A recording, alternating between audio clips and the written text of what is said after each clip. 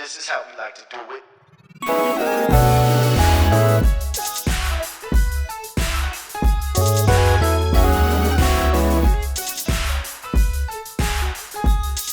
Yo, what's up, everybody? Hey guys, it's been a while. It's been some time, and we have an exciting video for you guys. We've been married for 6 whole years. 6 years on September 16. And it's just something like we watch back these videos and we just see like the journey of like how God is like working in our lives, how we've been growing as individuals. Definitely. And then we're parents. Oh my gosh. A lot. So our topic today, we want to give you guys just a few tips on what has helped our relationship stand the test of these times. Yeah.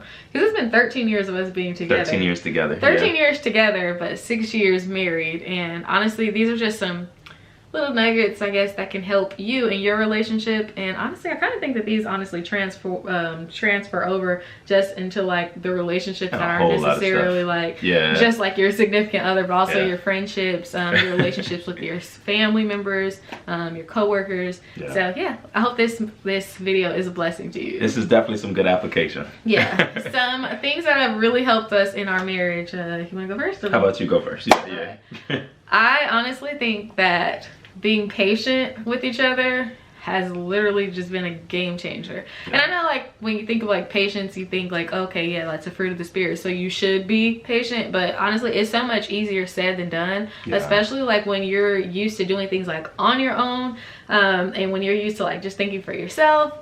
It's so much easier to, you know, just like try to rush the process and try to like implant your ideas or the way that you want to do things like on your significant other.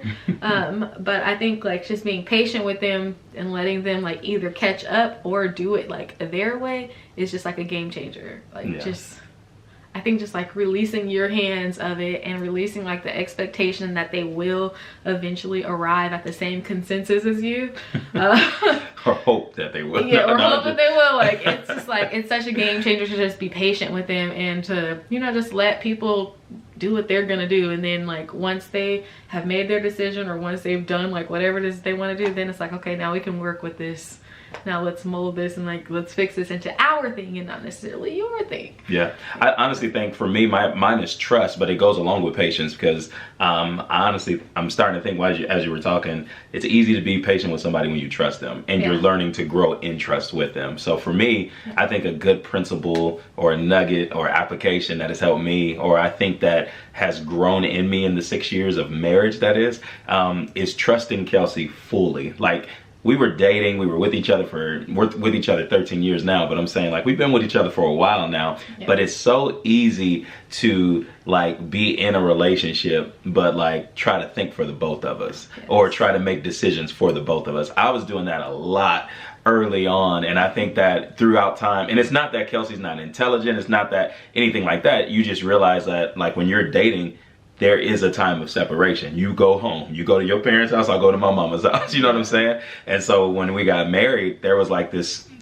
space of like, oh man, I have to actually relinquish some things that I'm trying to hold control of or hold on to, and realize that no, Kelsie got this, or Kelsie can take care of that, or you know, Kelsie can fend for herself, or Kelsie can handle this for our house, or Kelsie can do that. And that was probably the hardest thing to do, because when you're in that space, you sometimes automatically think that you're the only one you can trust. And so it was really just nice to be able to, you know, kind of let that go. Yeah, it's just to, you know, expound on that from my point. Honestly, I think that like when I think about trust in relationships, it always goes like to more of like the physical side, or like the trust and security within a relationship and you not stepping out on me. But it's different when you become married, because the trust goes into different facets. It goes into, do I trust you with my finances? Do I trust you with my security? Like, do I trust you in this level? Do I trust that like we're building together and like you don't have like this ulterior motive? Like there's just so many different. Do I trust you to be vulnerable enough to show you my dark sides that you don't know about? Yeah, like trust goes in many different areas. Do I trust you with like do I trust that you're gonna pray for me? Do I trust that like you know you're not gonna bail when you start to see you know all of the hard things? Honestly, trust just goes so far, and it's not something that's just gonna come immediately. I think that it has come in like just stages. And it's funny, like we always talk about like when we're praying, how like we pray for God to like show us and to give us strength and to do this, and guess what, he's going to give us exactly what it is that we ask for. That's right. So we're asking like, God, strengthen our relationship. Then guess what, he's going to give us something that's going to try us in areas that are weak. So if trust is like a weak space for you, then, and you're asking God for strength in your relationship and trust in your relationship, he's literally going to put us in situations that we have no out in. Like we literally have to learn to trust each other. So I think that comes in stages. Every relationship is at like different levels. So like whether you're dating and like you're just learning to trust like that this person may be the right person, and like you're just taking like those steps of faith. So like you're trusting God in these moments, and you're trusting this person like that they have like the same idea about the relationship as you. Or whether you've been married for 50 years and you're just trusting that, you know what, they want to stay with me for the long run, and that, you know, they want to keep this thing fresh and keep this, you know, keep this love thing going. I think that it just goes in so many different areas. Okay, I would trust. I think another key thing for our relationship, Kristen and I, like, you guys know this already because we talk about this quite often. We are best friends. Like, we're best friends. There's no tearing us apart. It just it is what it is. The hard part about being best friends though, and also being lovers, and also being spiritual partners, and also being parents, and just like partners in like business, and like just like a lot of things, is just that like honesty and transparency is sometimes hard because you want to be reluctant, because you want to shield yourself, because, you know, like if he's 100%, then I'm scared to show that I'm 40 sometimes. Like, or like if he's 40 and I'm 100, like it's kind of like hard to do that, because, you know, you don't want to come off as like a weak link, or like that you're bringing the party down, or like anything like that. So I think that's something though that has been like really key for us, is just being honest and transparent about like where we are, what we're struggling with, how the other person could be praying for each other. And honestly, I feel like we just got like a breakthrough, like as of recently, like like the levels of transparency. I feel like there's layers to this, definitely. You know, like they say, don't let your left hand know what your right hand is doing. Like, I get it to some degree, but at the same time, it's like, no, like I need my left hand to know that, honestly, like if I need you to supplicate for me, that you have to do that, because I'm weak right now in this right-handed area. I just love though the transparency. Okay, I'm rambling. You go. No, you're good. You're good. I think I want to just jump on that topic real quick, because I think it's healthy to talk about honesty and transparency. And I think that you can be, again, we're best friends. We've been together for a very long time. We talk about everything, but I also think we try to shield each other from certain things as well. I'm sure you all have dealt with that. You shield each other because it's not necessarily that you can't trust them, but you don't necessarily know what their reaction will be, or you don't want to change the dynamics of the house. Like, imagine things are just going absolutely great. I'm talking all levels, from intimacy to just about everything. If I tell you this, is this going to change something? You know what I'm saying? And honestly, I think that honesty and transparency actually births freedom in every facet of relationship. So for me and for Kels, I know for me personally, and like Kelsie just alluded to, for me, man, honesty and transparency was gold, and has been. And I love that you said there's layers, because it's almost like, 6 years in, the things we talk about are not the things that we were talking about when we were just dating, or even when we were engaged. At all. Our first 5 years of marriage just didn't even look like what our transparency is now. Like, it's just like layers. And I know that I'm trusting God that there'll be even more layers to this, and that like we know that we'll continue to do the work to be able to peel those layers back. I love something that Kristen said recently in one of our devos. So, you know, like, ministry couple here, so you gonna get the word. Kristen was talking about like how the enemy loves to find gaps. You can think that you're like this, and you can think that like your relationship with each other, your marriage is tight, and then as soon as like it's something, like even if it's like a sin problem, or even if it's like just something random that you're holding and harboring in, and you don't want to share with your husband or with your wife, like that creates like a little area for him to like, you know, seep in. And I think that it's just so important that you have like those timeout sessions where it's like, you know what, like I need to be honest with you, like I'm struggling with this, like this is an area for the enemy to like work. This is also an area for me to not be accountable to myself in, and I need the girl in this area. I need you to be praying for me with this because I'm struggling, like, or I need you to be fasting with me about this.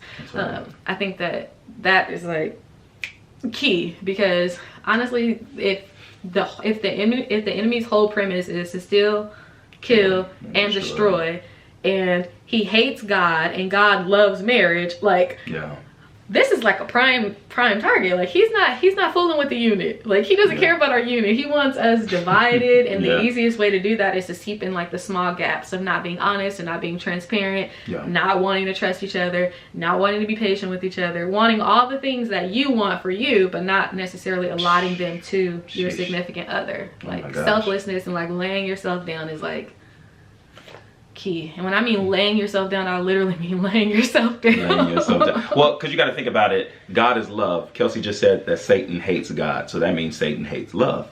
And so if his whole premise is to destroy what God is and what God stands for, that means his premise is to destroy love. And so how can he seep into marriages? How can he seep into minds? How can he seep into dreams? How can he seep into us getting married and becoming a team, but then him getting in and then pitting us against each other? Like that, there's so many avenues of that. And yeah, honesty, patience, trust. This is so good. This is so good. This is so good. I hope it's helping you guys, because I'm getting excited, and I feel like we can go like an hour on just talking about some of these things. So all right, last one.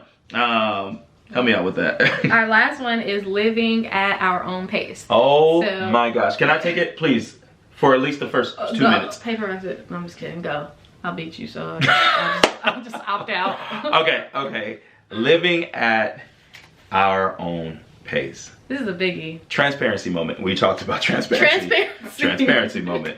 I think it's gonna help a lot of people too. I think me and Kelsey's first years of marriage, I think were really hard for me internally, because I was thinking that I wasn't able to provide for her how I saw others providing for their spouses.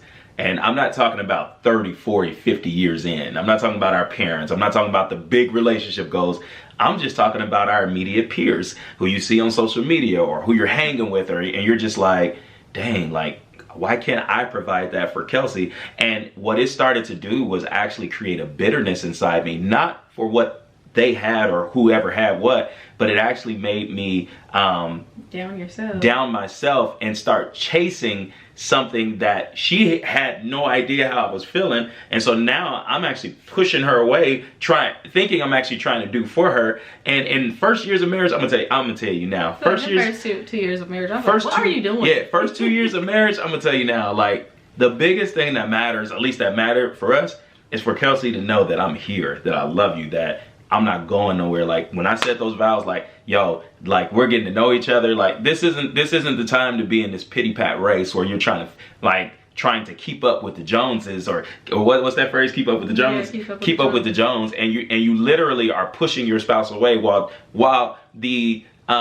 integrity and the intentionality is right. You're trying to do for her, but in your own little space, it's like, man, I gotta get this in order for her to be happy, and she ain't even thinking about that stuff. I think there's like this big misconception when people do get married, is that you have to have it all together, especially for men. And I know, like, I want to free you, brother.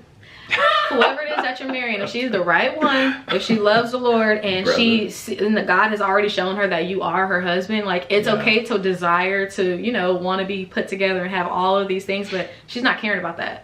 She's caring more about your heart, more about your walk with God, more about, like, we can build this thing together. Like, you don't have to come in at, you know, this high and mighty thing and then add me on. Like, no, I want to build with you. I want this to be ours. Like, I guess, like, my brother just came to mind just now. Like, we want to grow together, like, legit grow together. So I think, like, if that helps you out at all, like, if you're, like, hesitant on getting married, or if, like, you're prolonging an engagement and you're, like, hesitant to take those next steps because you don't have it all together, you don't have the house, you don't have the car, you don't have the all the things that you want to have before you get married, before you make that commitment to honor God in your relationship by taking that next step, and before you build legacy and build a family. That is, like, the right one won't care about that. They'll want to do it with you.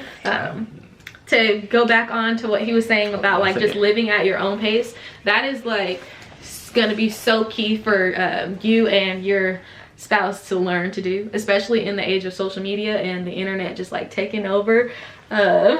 People live an aesthetically pleasing life on the internet. That does not mean that in real life, in reality, that it is aesthetically pleasing. And I think that, like, forces you to want to be rushed and to think that you should have certain things within a certain amount of time of being married, or within a certain amount of time of, you know, being engaged or dating, or like, man, like this person has been dating for a year and they're already married, or like, you know, like live at your own pace. You follow the Holy Spirit on like what he's leading for you to do. We've all done it before. We've filtered pictures, we've filtered videos to make the aesthetics pleasing for eye candy. We got to realize that when we're married, when we're a unit, when we're together, plug. You know, plug for sure. You're going home to the raw truth of both of you. There is no filtering it. And the more we try to filter our conversations, the more we try to filter our relationships, the more we try to filter our feelings, the more we try to filter our transparency or trying to keep up with everybody else, I'm telling you, the farther that we'll actually grow apart in even our own houses. And so I think that these 4 things really have been gold for our 13 years, but 6 freaking years married. I'm sorry, I'm just like excited because we are like, you know, we doing it. Like we're really doing it. We literally used to sit out in our little cars talking about like what we wanted like in life. Oh gosh. We're parents. We're parents now, so these videos may look a little different. Are you okay? You okay, buddy? Okay, I heard a thump. You good? You good? Can I play outside? Yeah, just a second, okay? Let's finish this video real quick, please. No. No. And just learn how to pivot. That's another thing. Learn how to pivot. I guess there's 5 for you. Learn how to pivot. Learn how to just, you know, keep it moving. Keep doing what it is that you love to do, even in new seasons of life. Yeah. And don't take things so serious. Like, I remember there was a time where this would have drove me crazy. Insane. Like it would have this would have drove me crazy. I would have probably snapped at Kelsie. I'd have been like, let's stop. You wouldn't have snapped at me. Well, not you. Crazy. I would have like snapped. not at Don't you, touch it, baby. but I would have like snapped in the moment of like okay, we got to do this whole thing over. Like making our ministry and our fun time a burden. Like, and so like be encouraged by just even what you see from us and what you've seen from our unit videos even in the past. I mean, we've been doing this now 7-8 years, which is crazy when we look back at some of our old videos, and you see growth from us, you see transformation from us. But the biggest thing you see is a couple that's trying our best to live godly and to chase after God's heart and our dreams and all that good stuff. But yeah, 6 years married, man. I'm really excited. We may have to vlog where we're going for our 6-year anniversary. Yeah. That's what I think. Say hi, people. Hi, people. Say hi, unit family. Hi, unit family. Say the unit family is officially complete. The unit family is usually complete. Good job. Okay, you doing too much, buddy. Bye. All right. Okay, go outside. Hey, thank y'all. Oh, babe, did you have anything else? No, love y'all. Dun, dun, dun, dun, dun, dun. See you later. Peace, y'all.